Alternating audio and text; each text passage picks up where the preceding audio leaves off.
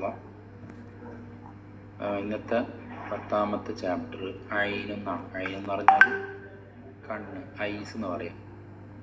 അപ്പോൾ ഐന് എഴുതുന്ന രൂപമാണ് ഇവിടെ ആദ്യം കാണിക്കുന്നത്. ഇവിടെ കാണിക്കുന്ന പോലെ ട്രേസ് ചെയ്ത് എഴുതാം. ആ ഡോട്ട് തന്നെ എന്ത് ചെയ്യണം, എഴുതി പഠിക്കാം.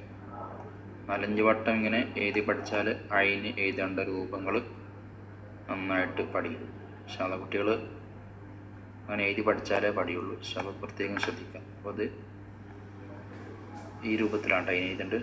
ഐൻ ആ ഐ ഋ, ആ ഐ ഋ.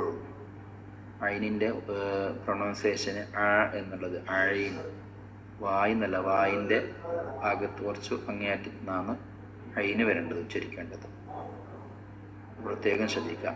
ഐനുൻ ആ, ഐനുൻ ആ. പിന്നെ അതിൻ്റെ വേർഡുകൾ ശ്രദ്ധിക്കുക.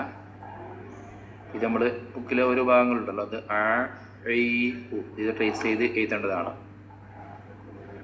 പിന്നെ നെക്സ്റ്റ് കാണിക്കുന്നത് ഹോംവർക്കാണ്. ഇത് നന്നായിട്ട് കുട്ടികൾ ഓരോ കള്ളിയിലും എഴുതുക ഹോംവർക്കായിട്ട്.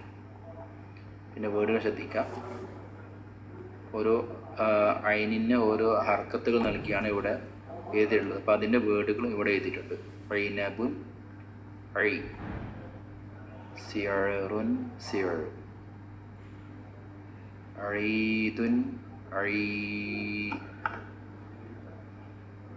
ജൂഉൻ ഉൻ, റജ്ഇൻ ഐൻ, ഹുനുഖുൻ ഉ, ആദുൻ ആ, ഊദുൻ ഊ,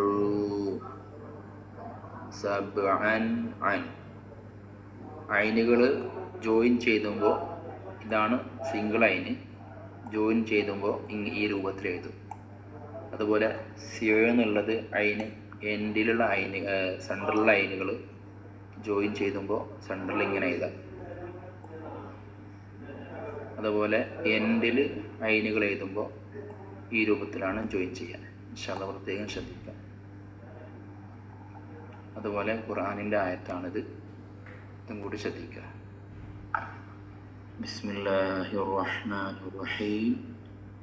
ഖുൽ അഊദു,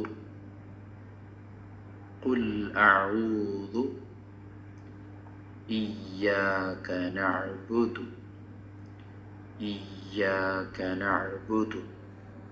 ഇവിടെ ഐന് വന്ന ഭാഗങ്ങൾ ശ്രദ്ധിക്കുന്നുണ്ടാവും. ഖുൽ അഊദുവിൻ്റെ അവിടെ, അതുപോലെ തന്നെ ഇയ്യാക നഅ്ബുദിൻ്റെ അവിടെ. അതുപോലെ ലാ അഅ്ബുദു, ലാ അഅ്ബുദു